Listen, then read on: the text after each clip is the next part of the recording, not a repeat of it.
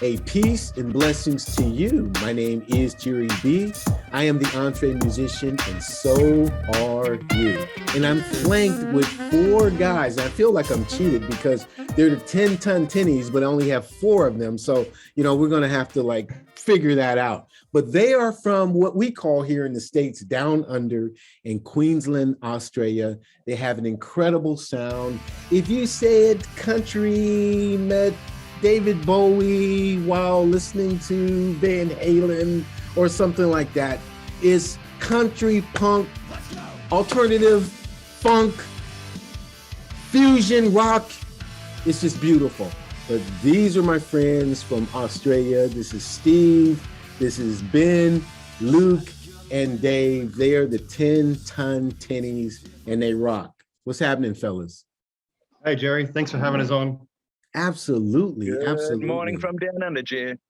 And so you guys are in the future. I'm actually a few hours behind you. So you got to tell me what the morning looks like so I can wake up ready, Hopefully your morning's a bit better than ours. It's dark and raining here. Yeah, up a in bit Brizzy, wet down here, mate. up in Brisbane, floods, mate. Wow. So who put this thing together, this incredible mixture of great music? Who's responsible? So I guess it started with just me and Dave. We used to play in some heavy metal bands together many years ago. Mm-hmm. And we both ended up in Queensland at the same time and decided to do something a little bit different. It really just started off as the two of us having a bit of fun and drinking some beer and recording some guitars. And then we sort of brought Luke and Ben on board and ended up with an actual band. Wow. Okay, so let's tell on them. What made you pick Luke and Ben? What was the secret sauce there? The Luke story is a pretty good one. So Luke is, I guess, a mutual friend, and he was coming around to watch some UFC fights and some football and things like that while we were in the middle of recording. We were looking for a singer, and he sort of kept going, "I can sing," and we sort of laughed at him and went, "Sure you can, buddy," and we ignored him. And then I was actually in Austin, in Texas, a couple of years ago, staying with a mutual friend. Mm-hmm. And Luke had done a little sing-along to an Adele song and sent it through to our friend Jake. And Jake showed me, and I was like, wow, he can actually sing. Wow. So as soon as we all got back to Australia, we pulled him into the studio and put him to work. That is absolutely an excellent story. And so you didn't believe him at all. What did you think, Ben, when you were trying to get in? Were you serious, or did you think what? When I came on after Luke as a guitar player, when I heard their it was like a pretty good demo with a film clip. I call it a demo because my guitar solo is not on that one, unfortunately. But I heard that one, and I said to the guys, I reckon I can do a pretty good job with you. Like, we seem to gel pretty well. So I did up a new solo for it and sent it through, and with my phone number. And next day, Steve's on the phone saying, "What are you up to?" And a couple of years later, here we are in a 10 Ton Tinnies band with on a hot chart in Australia. Absolutely amazing. What's the Luke story then? How did Luke get involved? Yeah, man. So basically, after I sent that video, it was actually I was funnily enough, I was in Minnesota at the time with my buddy, and he we're having a couple of beers, and he started playing the piano, and he's like, "Can you play this song?" And he played I think it's "Someone Like You" by Adele. He's like, "Can you sing that?" I said, "Yeah, I can sing that." And that was the actual clip that ended up getting to the guys. And then, when I got back and they said, "Hey, do you want to come around to the studio and do you want to have a bit of a sing and we'll see what you got?" I actually didn't even know what genre they were at that stage. It was pretty funny. So I sort of walked into this with no real expectations. And I've never been part of a band before. I've never had a singing lesson in my life. I'm just like everyone else. I sing on the way to work, in the car, in the shower, that sort of stuff. And then I got in the studio. They handed me a sheet of lyrics. They played a song which ended up being Bad Gas, which was our first single that we ever released. They played the song 2 times for me, and they said, "Just sing it "Hey, you reckon you'd sing it and crack on?" And I said, "Okay." And I started singing, and then I looked back at the guys, and they were looking at each other, and they went, "He's the guy. Do you want to join the band?" And I said, "100%. Let's do it. Sounds like fun." My goodness. Hell yeah. My goodness. The only thing that I learned this early on before we started this conversation is that you guys need a drummer. I mean, hey, I'm a drummer. I think I can round it out. You know what I mean? I have to take the 30-hour flight. I'd have to take the 30-hour flight down there to get there. But who's programming the drums, though? I'm programming the drums. Are you a drummer? I mean, because you have an amazing groove. I have been a drummer at different stages. Mm-hmm. I'm mainly a guitar player, but I've played a bit of drums here and there. So I definitely program drums better than I play them. That's for sure. Yeah. But I think when you're programming drums, it's more about knowing what a drummer should do. Exactly right. To create that groove. Yeah, it does have a point groove. out that the digital revolution is pretty amazing when it comes to recording music. Mm-hmm. Jerry, you've probably experienced some artists who have done some pretty amazing things, especially over the last couple of years when people have restricted travel, restricted access. Absolutely. Yeah. I mean, and you have to grow and you have to adapt, and that's why I really did. I thought you had a drummer. Who does the mixing? Do you have an engineer that does that, or you guys get together and just? Yeah, so a mate of mine, I actually play live guitar in his band. They're called Super Heist. They're a heavy metal band. Mm-hmm. And he's a ARIA-nominated producer, so he mixes all our tracks for us. Yeah. And we've got another guy, Sam Stryker in Texas, that does our mastering. Yeah. So we've got a pretty tight little crew that sort of understands what we're doing and gets the sound and really works nicely with us. Man, it sounds great. I think the track that you sent me and I've heard different tracks since, is a really big sound. I mean, it's really mixed very well. But I think it was Country Bars that just had me, because that guitar playing over that country group. I mean, it's got everything. It's got the twang, it's got the funk, it's got the rock. It was just like, okay, let's have a conversation. Now who writes most of your material? Look, it's a bit of a collaboration, really. So we I guess bounce a lot of ideas around. We've probably got a folder sitting on the computer in the studio with 20 or 30 different songs sitting in it. Yeah. So it's really, whoever comes up with something sends it through. If everyone likes it, then we sort of develop it from there. So I guess everything's a bit of a collaboration, but each of us individually often come up with the initial idea. So what's the writing process then? Is it that you're writing separately and then mix it all in the studio, or do you try to get together as a unit as much as possible? Yeah, look, as much as possible, we try to get together. So Country Bars was an interesting one. I wrote that on a work trip. I was up in the cane farms in North Queensland. And I came up with this idea. I didn't have a guitar or anything on me, so I started singing some of the riffs into my phone, sent them down to Dave. Dave put them on a guitar. Then when I got back into the studio, I took what Dave did and laid it down. Yeah. And then we sort of got together and progressed it from there. So it's always a bit of a collaboration. Wherever we can, we try to be in the same room at the same time, but sometimes with pandemic and with military commitments and things like that, it can be difficult. Absolutely. What about the concepts for the videos? It's very, very great storylines that's going on underneath the lyrics. So who's the mastermind behind the visual? You can't all talk at once. Take that one, Luke. Jerry, to say that. Don't be. Say that again. Most of the storyline came together on the day for that one. Oh, really? Go on, Dave.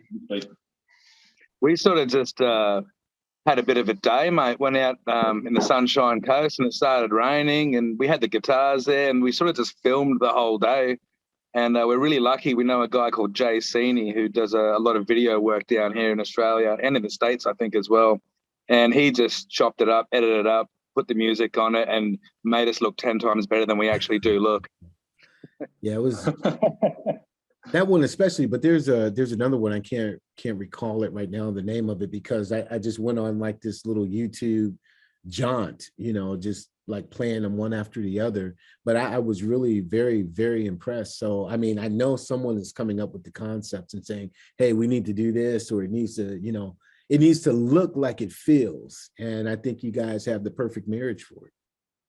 Yeah, it's a bit of like, thanks. we also, yeah, thanks, man. We sort of all come up with, I guess, the different ideas for the visuals. I know like Dave and all of us sort of had a bit of a contribution to the initial storyboards that we wanted for Country Bars, and then for Simple Life, which is another single that we'll release later.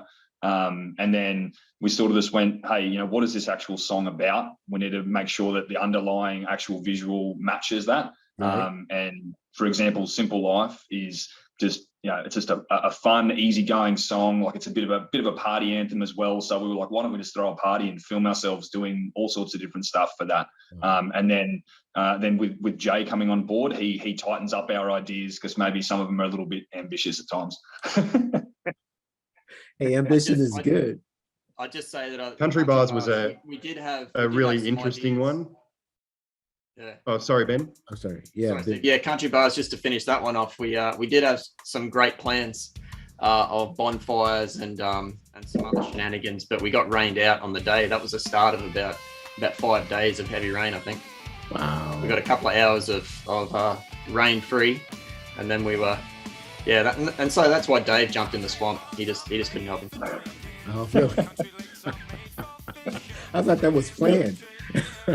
No, quite a lot of that stuff we had to sort of just improvise on the spot. I mean, we only got through 2 takes of us actually performing the song with the instruments out the front of the shed there before the rain started coming down. So all those cuts are taken off 2 takes, more so like 7 or 8 minutes of footage. So Jay did a really good job with all that. And then we were like, you know, well, what do we do now with all this rain coming down? And we just sort of went into improvise mode and started doing a bunch of stuff. And then Jay was really good with cutting it all together. So that's excellent. Well, we go out and get dirty. Go out and get dirty. That's it. So, Steve, you were going to say something before Ben? Yeah, we were actually pretty lucky with the Country Bars video, getting it done when we did, because since then Queensland has essentially been flooded for a couple of months now. So we've been quite often we've been trapped in our houses and pumping water and not being able to really get anywhere. So the property that we did the video at has been underwater for most of the last couple of months. They can't get in or out. So we were sort of really lucky to get it done on the day we did. Absolutely. Now, is there one principal lyricist, or do you all collaborate on lyrics the way you do the music? I think lyrics is probably the hardest thing for us. None of us are excellent at writing lyrics. So we get a baseline of lyrics down, and then we sort of sit together and work to make it not embarrassing. It's probably the best way I can describe it. So it gets to that point where I'm not ashamed to put this out, and that's where we land. But we do spend a lot of time revising lyrics and getting them to that point. So it's definitely a collaboration. The whole band's. Yeah, definitely a collaborative effort. And sometimes some of our songs have started off that way. I mean, with it'll be some line of lyrics, and then from there the guitars will follow, and then other ways, to sort of a song idea, it'll be the other way around. But especially for the lyrics, it is definitely something that we're always trying to improve on. I'm trying to focus on that, I guess, as the vocalist, to try to, I'm going to be saying it, on either live or things like that. So I want to make sure I'm comfortable with them. But we've got to make sure they're good as well. So we're continuing to revise those. Well, that's good. I mean, that's growth. That's stick-to-itiveness, and just making sure that you're getting your point across. And I can tell you from my side here in the United States, you're getting your point across. I mean, you got it. That's for sure. That's a good point, Jerry. I think when anyone's making music, when it gels and it feels right, that's when people are having the most fun. Absolutely. I think when it's painful and drawn out, it's not as good a product. So we're pretty happy with Country Bars. It's a good one. Came together well. Very much so. Now, David and I were talking beforehand, and it just seems to be the case for a unique band like yourself that has a unique and original sound, that it's kind of the best of times and the worst of times, because the country radio says, well, you know, you're a little too rock, and rock radio says, well, you're a little too country. You know, have you been frustrated by just remaining who you are? I mean, you don't want to just like sell out and be somebody else. I mean, what's that experience been like for you? I guess it's been pretty frustrating at times, Jerry, but you know, the way I see it, the world's got enough country bands and the world's got enough rock bands, and the sound that we're doing sort of somewhere in the middle there. And we want to do something unique and new. Yeah. So we're just going to keep sort of working with this sound until it hits, just keep kicking the door in until people start listening. And if they like it, they like it. And those who do like it seem to love it. But some guys, you know, that's not really their thing, and that's totally cool too. Well, now you heard my zany beginning with how I was trying to describe it. You know, your sound, your music. How will you describe it? And do you all describe it equally or differently? Probably differently. I think you could ask anyone who's heard us and you'd get a different response from each individual, depending on what songs they'd even heard as well. Exactly. You know, for example, on our first album, we had anywhere from punk rock songs out down to like piano ballads and things like that. So there's a bit of a spectrum that we play on, but I guess the core sound is sort of somewhere in country rock. But we've all got a bit of an alternative sort of background as well. So we just try and make things somewhat unique, but still melodic and accessible, I guess, is what we're sort of going for. Okay, so Ben, what is that? Do you agree? Is that your assessment? Yeah, Dave made a good point. Like melody's really important. There's any number of genres out there people can be pigeonholed into, but I think if you're an artist and you're aiming for a pigeonhole, that's a good way to fail, I believe. I think what you got to do is write what feels right and what feels good. And when you come up with something that everyone's happy with in the band, even if it's there's a few compromises here and there. Hey, Steve.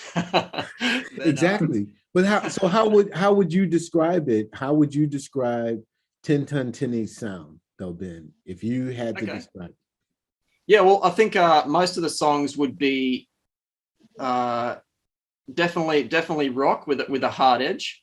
I can't really relate us back to too many of the country rock artists at the moment. I mean, you got your Brantley Gilberts and a few others in that mold.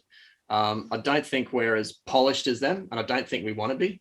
I think that's a different kind of style. We're a little bit of just a bit rawer, a bit fresher in that style. So country rock, not folk, a little bit heavier, a few guitar solos here and there, and try and write a catchy hook that doesn't make us hate each other. So before I go to Luke, though, I see a drum set behind you. Nobody's playing that drum set in the band. I mean, what are we doing, fellas? What's going on? I'm at home today. It's Friday here in Brisbane, and the company I work for, we've got a bit of a flexible work policy at the moment, so I'm stuck at home for a couple of days a week. This is my downstairs studio. That's my son's drum kit. So he's been playing drums for 6 years now. So give him a couple more years. When he gets to drinking age, he might be part of the Tennies. You never know. There you go. You saved me a 30-hour flight. So there you have it. Well, Luke, I was asking, if everyone described the sound of the Ten Ton Tennies the same way. Do you have a more unique way of describing how you all sound? Yeah, look, it's an interesting one, Jerry, because like I said, I haven't sort of come from that background. When Dave was saying we've all come from different backgrounds, me in particular as well, like I'm more so I love sort of alternative as well, but I'm big into hip hop and rap and things like that. That's sort of like the stuff that I love to listen to, which is very, very different. So our sound, which is, I do see it very unique. I would say it's a summary of sort of country rock and punk with a bit of an edge to it. But I don't think you'll find too many bands that sound like us. So we have our own sound, and one thing that I've always had in the back of my mind is like, as long as we're having fun and we're producing the music that we want to produce, and that's all that matters. And I guess the public will judge what we really sound like, or who they think we sound like. So I don't really worry too much about that. Let's try to focus on putting out good music. No, that's absolutely right. That's exactly what you should be doing. And, I absolutely applaud you for it. Now, one of the things too that I noticed from your story collectively is that you all are doing this, you're going for the dream, but you all have day jobs. So what's the plan? Is the plan like, hey, we're going to do the day jobs because, of course, Steve has a family, and you're like, yo, we're going to do this for 2 years, and then we're busting out and we're flying to the USA and we're going to Florida. We're going to take Nashville by storm. I mean, what's the dream? That's a dream.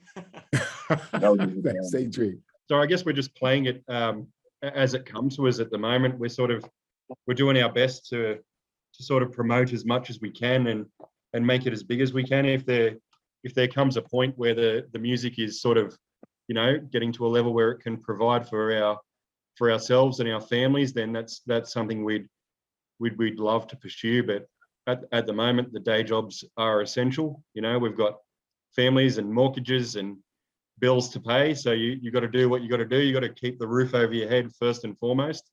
And also, making music's not cheap, man. It costs a lot of money. So you need that money rolling in to fund the fun as well. Yeah, the fun. Yeah, that's exactly right. So I guess the most obvious question is, and I don't like asking obvious questions, which is why the hesitation, but then what's next? Are you all on one accord? Am I talking to one unit who you guys are like blood, sweat, and tears, we're all in it together? Or are you just making this good music and then, 5 years later, you walk away from it? What's next? I think, Jerry, we've all got a really, really solid commitment to the band, and we all want to see the band succeed as absolutely as far as possible as it can go. At the moment, we're sort of just focusing on our work in the studio and our writing and putting out good music. We're sort of taking it month at a time at the moment. We're getting some really good feedback on this latest single. We'll do another one shortly, and we just take each opportunity as it comes. As much as we'd love to sort of go to the top and take Nashville by storm, that's probably still a little way away for us at the moment. What's a 30-hour flight to get over there? Maybe we've got to start saving up our dollars. But at the end of the day, mate, it's something we all just love doing. So we just enjoy the time that we get to spend together doing it. That's excellent. Absolutely. One thing about Nashville that blows me away every time is the quality of musicians and bands that you find in Nashville. Yeah. I mean, you walk down the street and the guy playing acoustic guitar on the corner is an absolute virtuoso. Yeah. It's such a competitive industry over there. So it's definitely something we'd like to get into at some point. But I guess at this stage of our lives, packing up everything and moving over there to be that band playing on the corners, it's probably not realistic. So we need to, I guess, work hard where we are so that when we do make that move, if something comes up, that we're in a better position to be able to keep that providing part of our lives going on as well. So you're completely independent. Any label opportunities or any managers that are in Australia? I mean, I'm totally naive to what's happening there in Australia, but any managements or promotional companies or anything like that that's on the horizon? So we're working with a group called Aristo Entertainment. They're in Nashville at the moment. They're doing a bit of promo for the video clip for Country Bars, and they're doing a bit of work around that with us. Mm-hmm. We have been talking to a couple of different managers about what they can do to help push us forward. Yeah. But at the moment, we are completely independent. We do most of our own promotion. We run our own record label. We do our own distribution. It's 100% the four of us. So we're definitely open to looking at things in the future if the right opportunities come up. Mm-hmm. But at the same time, we're not about to sort of pass on control of what we've created when no one's doing anything more than what we're able to do ourselves. You are what we call around here EntreMusicians. EntreMusicians, 100%. That's right. You're Hustle every day. entrepreneurial. That's it. Doing everything that needs to be done, wearing the hat that needs to be wore at the right time, and just making sure the music goes forward. Man, I'm so happy to know you, and so grateful for the opportunity that you've given us to learn a little bit more about you. And I'm a fan. You have a fan here in the US. So, anytime you want to come and crash at my place, just come on. Oh, thanks, Jerry. That's awesome to hear, brother. Absolutely. Yeah, thanks, brother. Appreciate it, man. Absolutely. Yeah, we're big fans of what you're doing as well. We, when you first contacted us, we reached out and had a look through the past YouTubes and everything, and you're doing some great stuff for the music industry. So that should really be applauded, mate.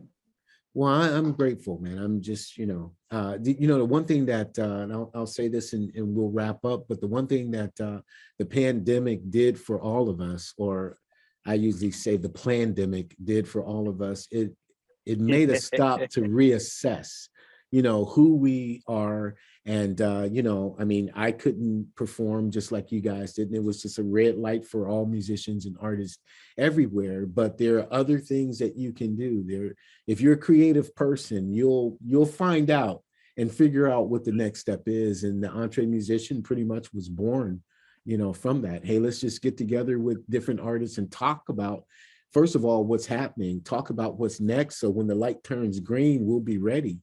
And so, we begin to do lessons on copyright. And as you said, promotion, distribution, publishing, management, all of those things that we need to know so that we can have this one resource. So I'm grateful to be able to serve. And I'm grateful to be able to add you all to the roster on the EntreMusician.com. So if you love great, unique music, and I know you do, if you love country mixed with rock and rap and hip hop, and punk rock and ballads and melodies, you've come to the right band. This is Steve, Luke, Dave, and Ben. They are the Ten Ton Tennies. They are EntreMusicians in their own right. They are from Australia, and they'll be in Nashville very soon. I'm just going to speak that in. Thanks so much, Jerry. Thanks, you, Jerry. Brother. Appreciate your time. Blessings to you guys, man. Have a great evening. Or morning. I should have a great evening, right? Likewise, mate. Take care. Take care. Blessings. Thanks, Jerry. Bye-bye.